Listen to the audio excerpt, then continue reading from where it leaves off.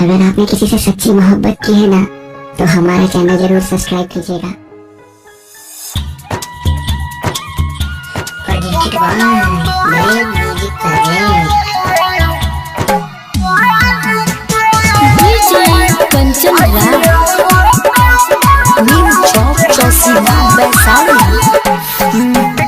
से कहीं दिलवा के अपना हाल के कर से कहीं दिलवा के अपना हाल के हो जुआवा तो बारात हमारा मालिक के अजियावा तो बारात हमारा मालिक के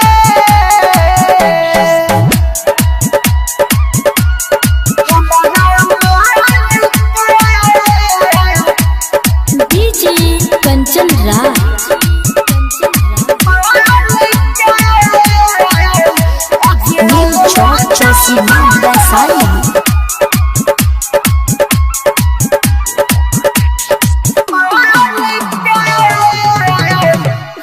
हमारा तो बहुत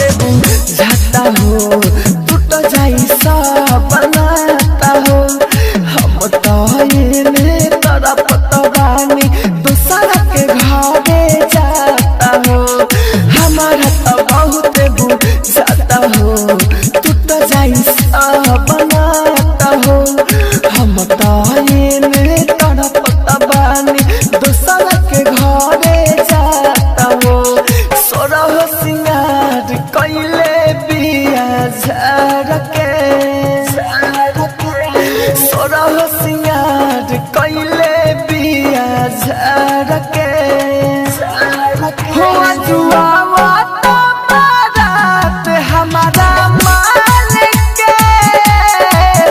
अजियावा तो बारात हमारा मालिक के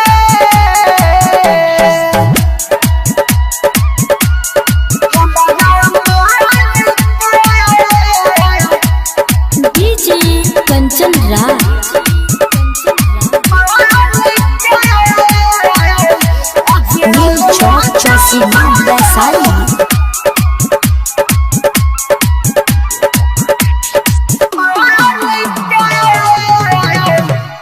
होरी मीठा लेसा हो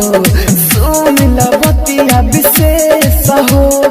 राहु राजा धानी देवेंद्रता कहेला उन करनी कहो